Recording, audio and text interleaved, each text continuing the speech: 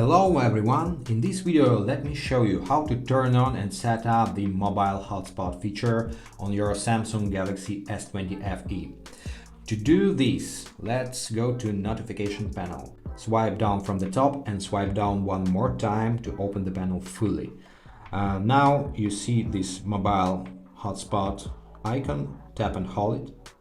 And now we are in the mobile hotspot settings menu. Here we have network name, password and preferred band. You can configure that parameters.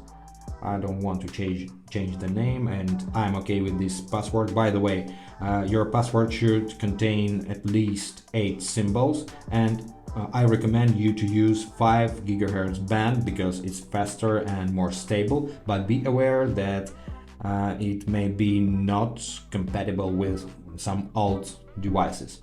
Now save your settings and we are ready to share the internet. To do that, just toggle this switch on. That's it. And in future you can toggle the hotspot on and off just by tapping this icon. Blue color means we are sharing the internet and the gray color means the hotspot is off. And I recommend you to keep hotspot off when you're not using it because it drains battery very significantly. That's it for now. I hope this video was helpful and thanks for watching.